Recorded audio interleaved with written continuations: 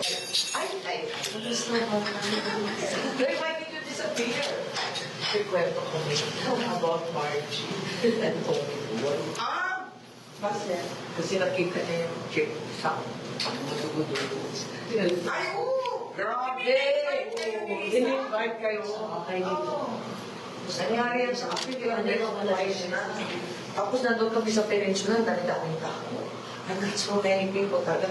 Tapos sabi ko, ay, bakit ganyan? Ay, ganyan na sa ospital. Ginaganyan ko. Tapos sabi ko, ay, wala yan. Ganyan. Tapos kain na. Puro mga dugo at ulo. Gross! Ay, dito na kayo pakinggan ng mga sige. Oh, yes. Ay, bakit ka rin na yun? Ba't ka naging girl? Yeah, ngayon. Sorry. Ito for protection tao. Ito for...